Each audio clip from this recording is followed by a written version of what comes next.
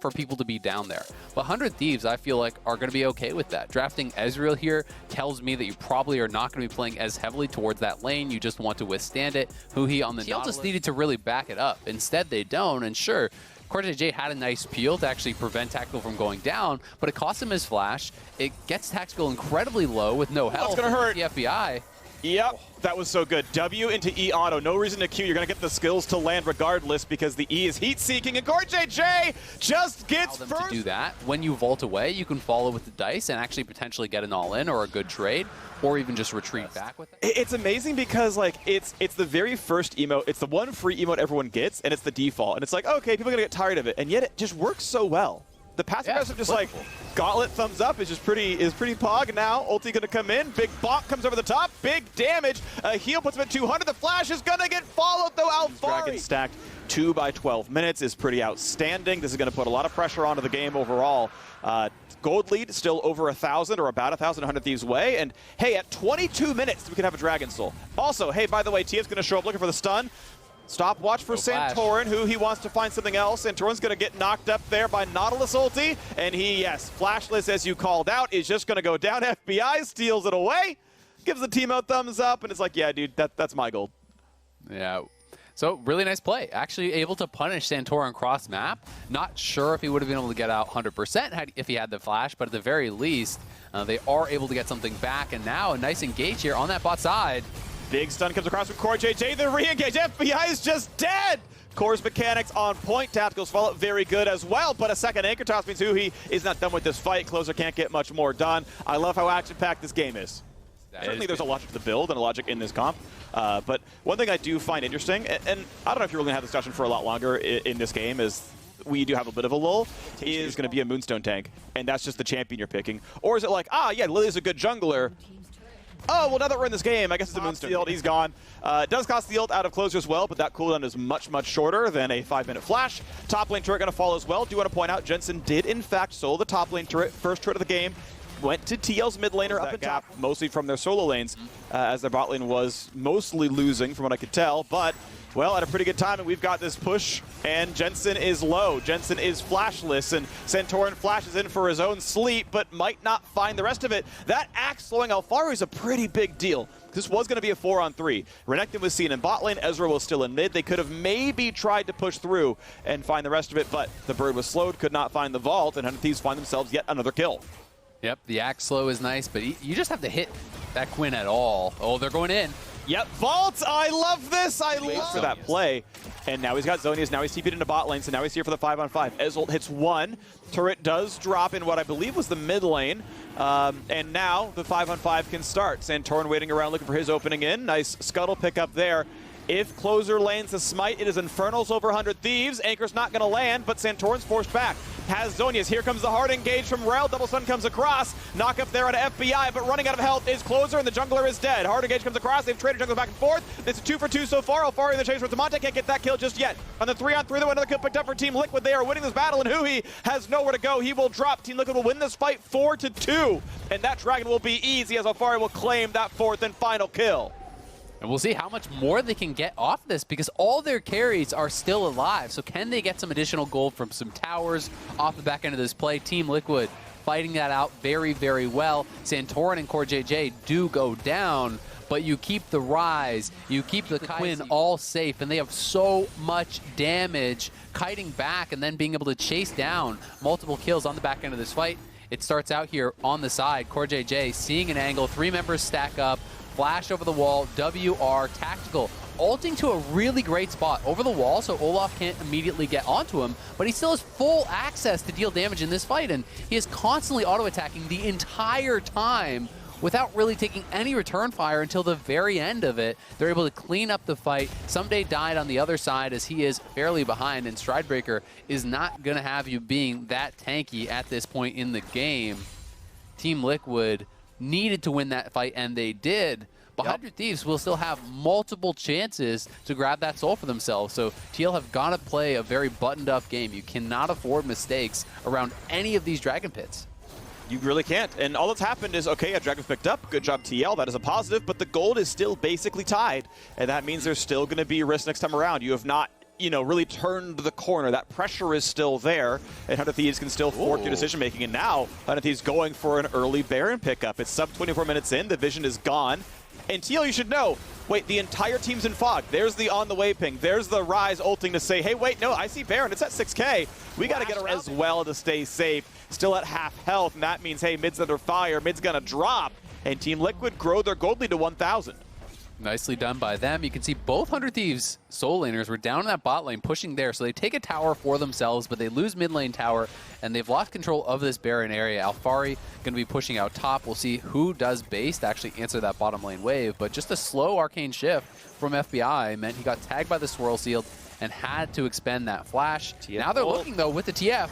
Forcing a 5v4 until Quinn can show up. Root on the Demonte, though. Zhonya's out of Santor, trying to find the way in. Can't get just yet, but KazaLoLLCShighlights gonna buy some time. Still knocked down. The Bash Brothers on the backside, as it's still the kiting game for Tactical. Gets away with one, cannot get away from both of them. Ezreal jumps over the wall. FBI knocks down the kill. And 100 Thieves so far so great. There's only one man left alive, and Jensen can only run. Zhonya's his pop. They're gonna have the lockdown. Who he may lose his life, he will not. A triple kill right in front. They go back to base. TF ults in. Someday TP's Oh, no! in. I can't believe that Baron's still targeted that far out. But some correct positioning here. It was 100 Thieves starting it up. It was 100 Thieves pushing the pace. Lost the Dragon because you couldn't reset in time after Baron, but this is still going to look really comfortable with the fact that the gold lead is 4,500. Baron buff still on for a minute 45. And yeah, Quinn is bot lane. I mean, what are you going to defend? You know, sitting here 5-on-5 doesn't feel very good. I feel like, yeah, you might lose the inhib turret kind of no matter what. I would actually like to see Alphari just knock down bot tier 2.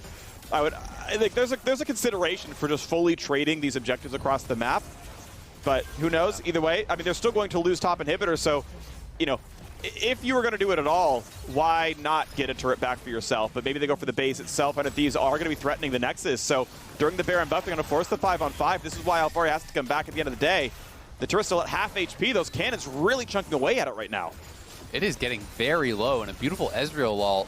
Getting so much damage out there from FBI. I think with them healed back up, 100 Thieves look like they would want to try to back it up a little bit here. But they're staying around for now. They've got to be careful about any potential engage. But this Nexus turret is going to go down for sure. All right, turret is going to drop. There's one left. At what point does the fight begin? Because again, Alphari, this is such a late cleanse. Yeah. The gold card ended by then, but he's afraid of someday jumping onto him. I understand why he pressed it, but takes a bunch of damage. Let's go back to the fountain. Half health left on this Nexus turret. Swirlsy gonna hit 2. That's the sleep. That's the go sign. Ezreal, while he's napping, Jensen at half HP, and they will not engage. There's the hook in for Huhi, though. Zhonya's for Santorin. Now big damage to KazaLoLLCShighlights. Gets 3 with it. Gets 1 for 1, but a second kill comes across, and it's time for Closer to run out. Team Liquid stuck in a 3v4 now as they lock down as much as they can to these minions, but the turret's still pretty low. Tactical's got to be careful. They're nearby. They're going to find the big stun. They're going to find a slice and dice, and Closer finds himself the kill. In a 4v2, it's going to be Alphari getting a single kill, but a 3v2 is enough to close it out, and 100 Thieves will advance and stay in first place, knocking down Team Liquid. What an ending! Down there. I also like this Shen for another reason, which is I think TSM have played better and better the more they can focus on bot lane. It's 2 games in a row now. We get Pantheon support for Swordart to let him play. Their bot lane could be in trouble here. If they can't actually clear out some minions and get level 2, Spica's going to hit 3 here, and you could get dove. Yeah, they really could. Here comes the attempt. They need to knock down a couple more minions. They're not going to get it, so there's the big combo. The flash is not going to matter. First blood already in there for Lost, and Destiny's in a bad spot as well. However, the health bars are getting a little bit low. They can reset the turret. They will not get much more out of this, but what a beautiful start to this game. TSM focusing on bot lane. They get a first blood at 2. So not going to happen. TSM getting a very early dragon now at 548. That's a pretty nice dragon. But Herald's coming up in 20 seconds, and that's likely to be the next focus. Spica is here. Destiny's going for this play, but Spica is going to make a bigger difference than this level 5 Alistar will. They find the stun, but Huni had to flash away, so now Spica's going to try, finds the charge, is going to fear him backwards. Ulti comes down from the Camille, and Destiny just has nowhere to go. The fear was going to be too much for him, is going to get dropped off the table, and now Revenge, yeah, good luck. You've got Xerxes nearby, so you can maybe go for a bit, but get stunned right in front of the turret. Revenge forced to flash away from the play he went for. If TSM are winning the Shen side of the map, like, imagine the side where the Shen can join at the drop of a hat. Like, this is just TSM in complete control. They're looking really, really good. They're having a pretty strong early game here for themselves. Both Dragons taking it on very early. Pantheon looking for an ulti top. Straight up 2-on-2, Pulverize and the Shen. Here we go. They won the bottom side. They're going to win this one. Even through the ulti, there is just no way out. For an early Bramble, pick up the Frostfire. It allows you to win these melee matchups for longer than normal, but does have a little bit less utility than some of the other options. Pulverize lands. Xerxes running away. This is already. Otherwise, it's bleeding all across the map. Top lane finally took some damage, may have at most lost a plate, but that's a great taunt. Huni gonna lock him right up, can't go any farther. Kill number 5, TSM. As soon as the ult is ready, you want to look to make that play. TSM have been on point with it and are cruising in this game. It looked really ugly, but yeah, they took the game to TL. They are taking the game to Immortals. Sure, you lost a turret, but honestly, you're taking so much. You can actually just scrap pretty effectively with Revenge. Yeah, I mean, he's already looking pretty good. The CS is pretty equal, but obviously his actual income is much higher. Because if you start roaming too much on Insanity, if you're the Orianna and you're trying to run around the map, Victor has such effective wave clear that you're going to be losing your mid lane tower, right? If there's a short fight where they barely miss out on that extra damage, that's when you know those builds really could have changed the swing of things. But thus far, TSM cruising. Gonna look for a play here on bot side, though. All right, they get the Shen ult out. They snipe him down to half HP. The Swirl Seed's not gonna land at all. It hits minions and nothing else. And Revenge got ignited, gets dropped down to half health. Had to walk away from that one. Bot lane turret dies. TSM already got turret number 3, and PoE probably gonna knock down turret number 4. So TSM increase their lose their base until they force Huni to join. Dealing damage to Dragon. They really can't delay any longer. They just must keep the pressure on. Here comes Pika with Huni coming around. They find the first bit of a dunk. Insanity gonna flash away. Shockwave on the 2. The re-dive comes across. Lost over the top as well. Xerxes gets 1, and it's time to kite away. It's a 1-for-1 fight so far. Sorta at 5 health, but lives. And TSM are winning the fight by 3 kills to 1 now, as Xerxes and Revenge are now just running away. You have to imagine if he had 5 more damage, they get 1 more kill, and it looks a little bit nicer. But at the end of the day, the Ocean Drake is gonna be knocked down here pretty easily. It is a 4v2 on the map. Sorot's running back over, has his ulti. Xerxes, your flashless, your ulti list, this is not a dragon you're going to get. You're not going to make it happen. They can try with the Swirl Seed. It's not going to come through. Ocean Drake. You would have liked the other build, but Light Harvester Stopwatch. It's a good build. Just do that. Anyway, yeah, there's a fight going on. They're going to go for the play right now to speak. Half HP already. Big damage there. Going to go for the re-engage, and wow, he's deleted. He's just gone. So the Baron isn't that threatening, right? You can kind of tank it up and just heal through it. They have Power Evil and Sword Art zoning. They want to force a fight here. They know Xerxes also has no flash, so he can't even get to the pit. Oh, big Shockwave finds him a single kill in a second! At least there's some follow-up in Immortals. Can they get more out of the 4v3? You're so far behind, you have to buy these items, but as a result, your DPS is also lower, so it's like, how are you ever going to kill this level 16 Huni who's closing in on 3 items here and has Ocean Soul? Right, yeah, and yes, you have to do it, but yeah, you went Mortal Reminder instead of maybe a Phantom Dancer or something, and okay, maybe you say we should have forced someone else. Like they do have Healing Cut on the Lilia now. They've got it on the Camille for a while, so 3 people with sources. Maybe not wrong to make sure that you can always apply the cut, but yeah, you'd love to have a more efficient build if you could help it. That just is more pure damage, but sometimes it's just what you're forced to do here. Kill him. He's just going to turn and fight. Taunts in. Revenge has to indeed hook shot out. 2-level difference. Double Pulverize comes across, but Huni not an easy target. Sword Art comes in. The taunt as well. And okay, Zhonya's cutting its weight there. Is Xerxes going to stay alive? Flash the way. Stays in there. Power Evil can't find the kill, so okay. That act has been useful. Insanity trying to get away. Able to do so just barely. But now Immortals are forced to run back to their base, heal up as TSM takes every single structure. Lost was killing the top side. Power of Evil now going to be able to knock down this mid lane tower. Immortals trying to look. They do force out some flashes there, so Power of Evil and Lost did both lose their flash, but they have a base in absolute shambles. The flash, shield comes down, puts his own up, and Sword Art doesn't even lose health as the fight comes across. Raze ults, tries to cut away, and yeah, he lives. But oh my gosh, was that costly. Huni's ult's going to come back before too long, and they can just keep the siege going. Baron buff timing out, sure, but TSM didn't recall, but now the rest of the team has reconvened.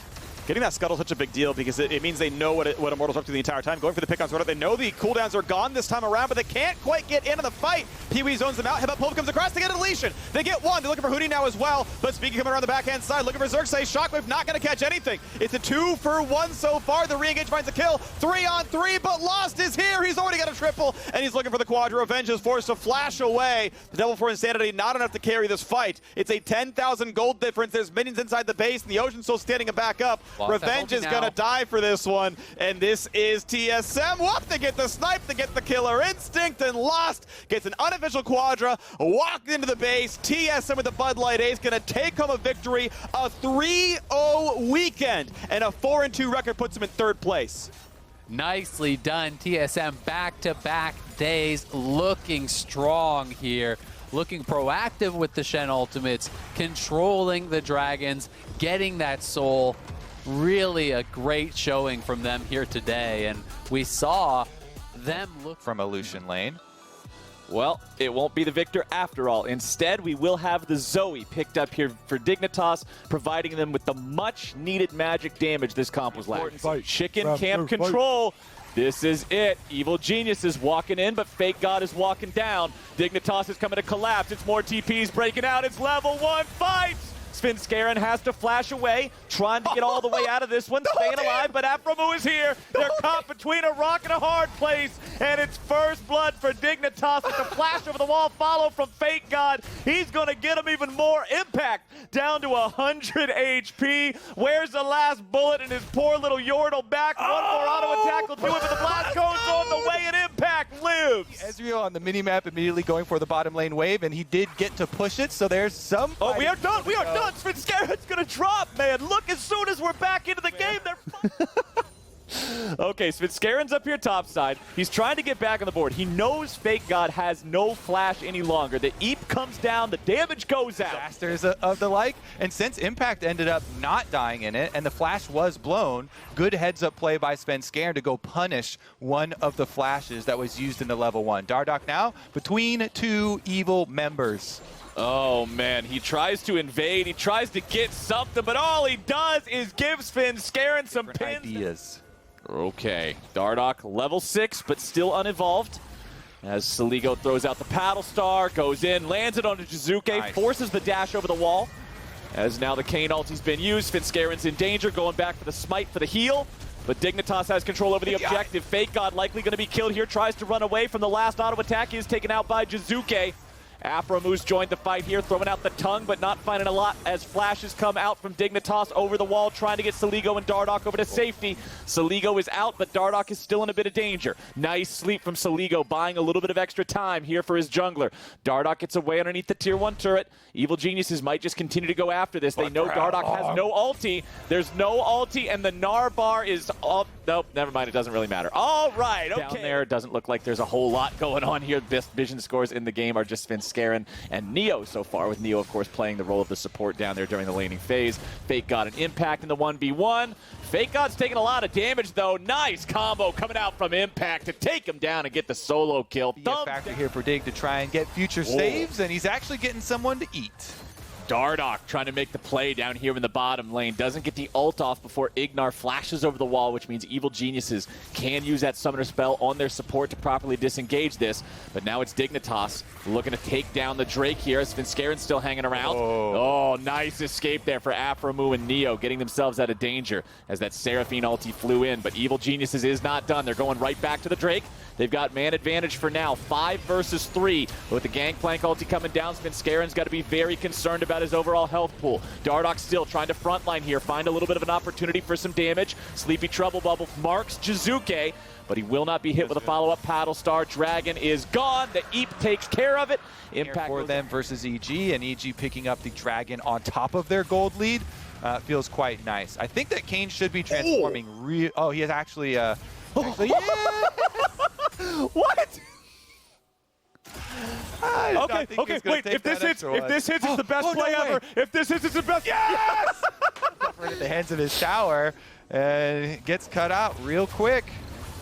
That was messy, but topside's looking to get even messier with the 2v2. Svenskeren possessed by Dardoch's ulti. Dardoch trying to disengage, but must use the flash to try to complete the attempt. Svenskeren goes right back in for the blooming blows and the swirl seed, but the follow-up damage isn't enough from either side, and that means everybody walks away except Saligo, who is once again in trouble of being goal from Jizuke. He's underneath the turret once more. Saligo continues kiting out. How does it happen twice?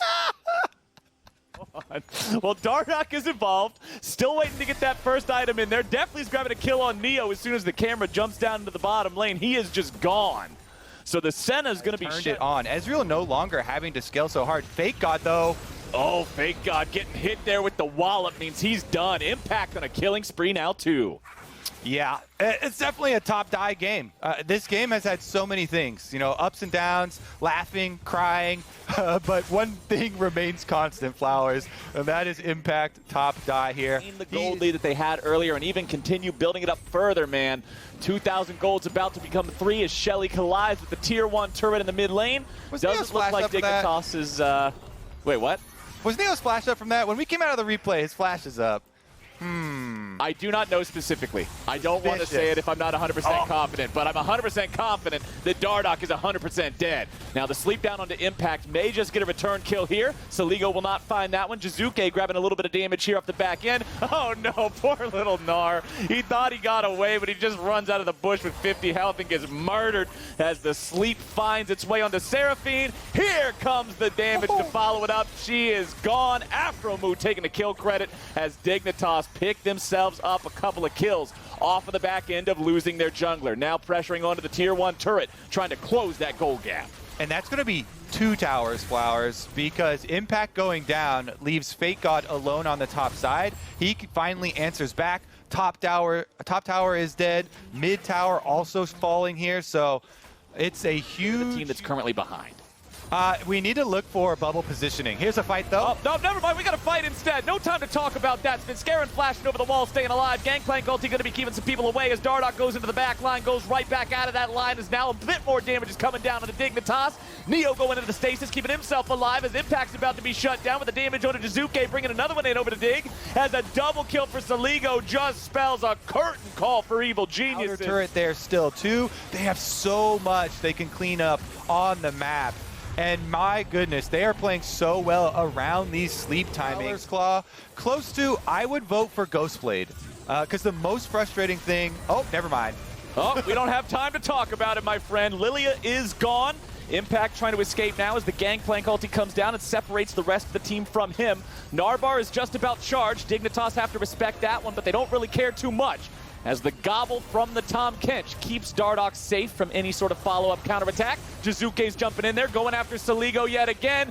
This whole game is a highlight reel of tragedy for Jizuke going after these kills on the enemy Zoe. It's always so close, but still so far. 5 alive on Dignitas, and they're pushing down the mid lane. Definitely is the lone hope for EG right now. He's got his Conqueror stacks up. He's trying his best. Mystic shot number 3 lands. Pretty accurate, but Dardoch's coming. Okay, Dardoch and Dignitas trying to stick around long enough to make sure they get that tier 2. Contest this one with Jizuke still dead for another second or two, and that means Dignitas stopped the soul stack in the process of taking more and more gold from Evil Geniuses. Afromu's not done, though. We got another play breaking out here on the bottom side, and Dardoch picks the gameplay. I also just love the fact that every single time we try to talk about a subject, we've got a fight breaking out before the conversation even gets off the ground. As another kill comes through, Dignitas landing these critical bubbles over and over versus the ones that don't. And since we've seen so many hits, see you later, Seraphine. The tour is canceled as now Dardoch's getting right back out. The ulti buys him the escape route, and the tier 2 turret falls down as well.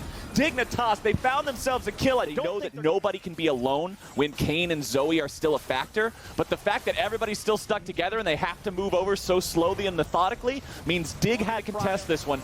Evil Geniuses, they know they've already got the 2 Drakes. They want to try to stick around and make it 3. Dardoch's approaching from the side. Drake down to about 2,000, and it's Drake over to Dignitas, tying those up, and they disengage. Nice mobility here from Dardoch, slips over, steals it. EG crying once again. Does anyone to get tagged?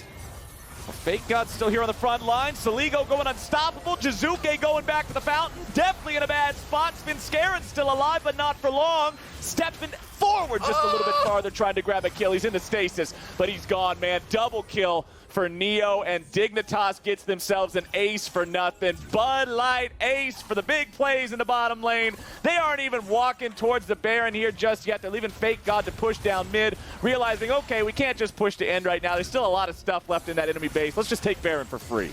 They say you'll never know if you don't try, Flowers. Give me some more blue Kayn in competitive. Somebody tag Daniel Dracos. I know he is a Kayn main for a long time. I love this stuff. We need to Where get you at, Dracos? That was hilarious. Did you see at the beginning? Darduck goes in, just one shots without even having to straight through the bottom side. Is there, oh, never mind, no time to ask a question. Sleep goes through, nice shutdown onto Darduck. That's pretty big here for Evil Geniuses. That'll buy him 45 3 years ago when we had Moon pull out the Shaco. Never mind, Fake God under attack, might have to fight for his life. Fake God down to about a quarter HP, saved by Tom Kench. Sleep finds a target, so much damage onto the Evil Geniuses lineup. Everybody's at half HP or lower. Yes, they nearly got the kill onto Fake God, but again, close doesn't get it done. It's a game of inches here today as Evil Geniuses come up short time and again. Dignitas continuing the siege of the tier 3 turret. That one falls down. It's a 9-3 turret count. Boom! See ya later, you poor little prehistoric Yordle.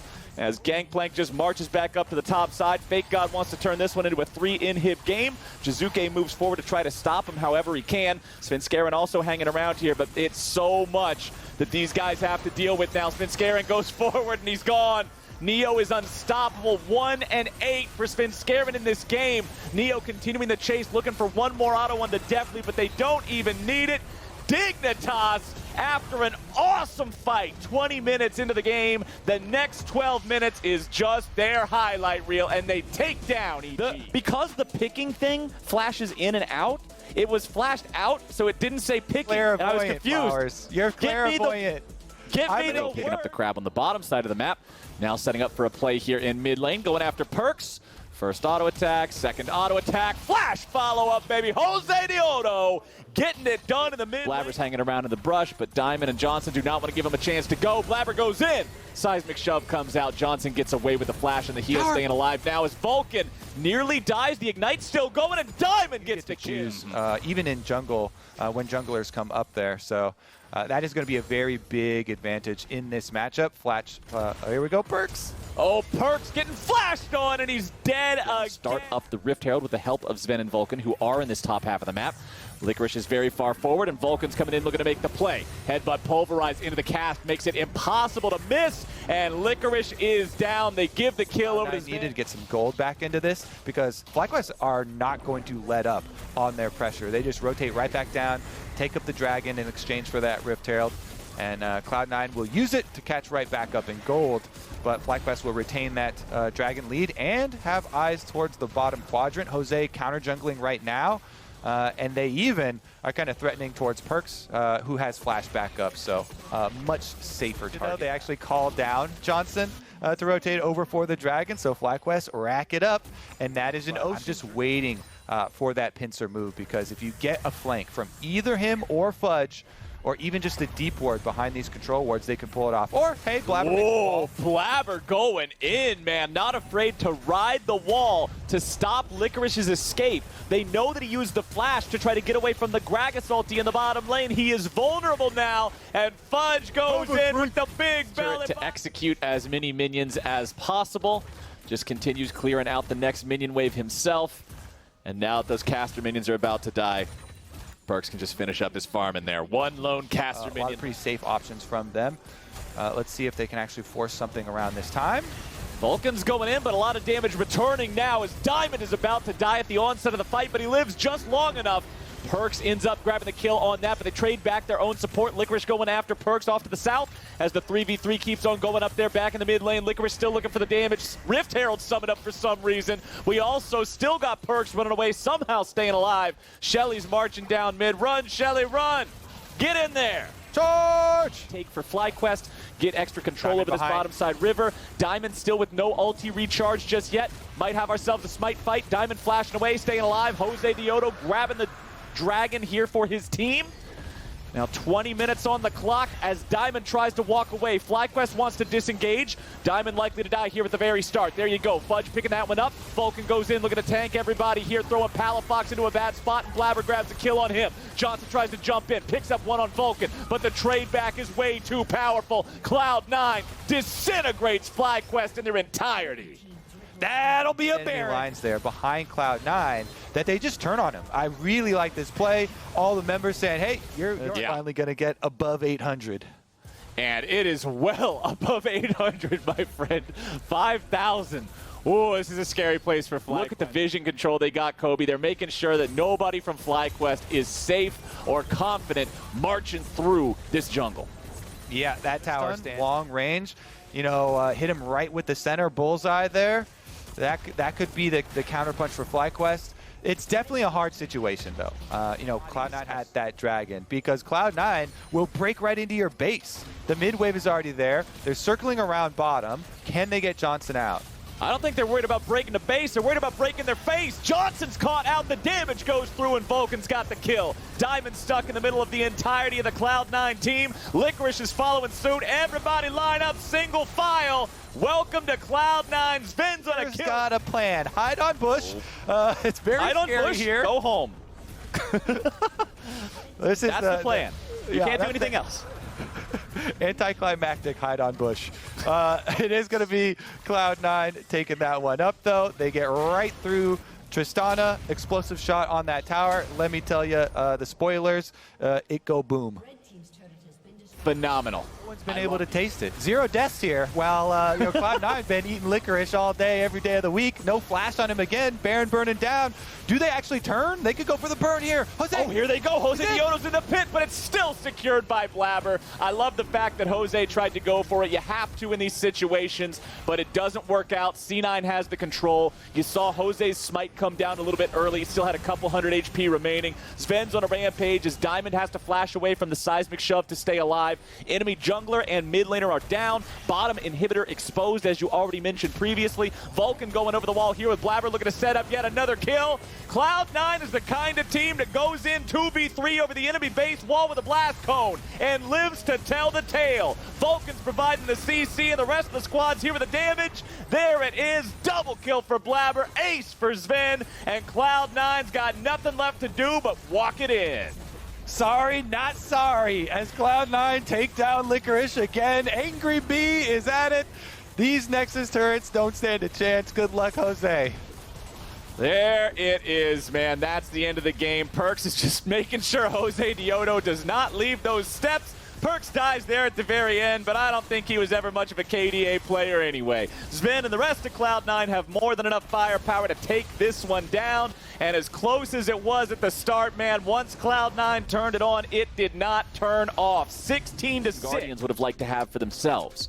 So it's a great for their comp, it's a good deny against the enemy team, and it looks like Golden Guardians will complete their roster here with a Galio. Just seconds of thought, Flowers. Niles knows this gank is coming. He plays far back. He still gets ganked by it. He still gets ganked. He still tanks a whole lot of damage. He gets pulled back even though he tries to flash. The ward did. Oh, yeah. Griffin is definitely looking for this one. Okay. Taunt being used by the Galio, but the focus on Stixxay, who's still staying alive. Smoothie's trying to get away. Turtle's grabbing a kill on Stixxay. Turtle's running the wrong. Turtle's back underneath the turret, and it's a like double. We got a little bit of a gank towards mid lane, but nothing really gained at all. Finn going for a 1v1 top deck. This is not good. That is a world ender. That is a tweet ender. Niles wants to walk away with the flash Q, and Finn says, "Why?" Dragon to the Rift Herald here. Plenty of neutrals picked up for the Golden Guardians.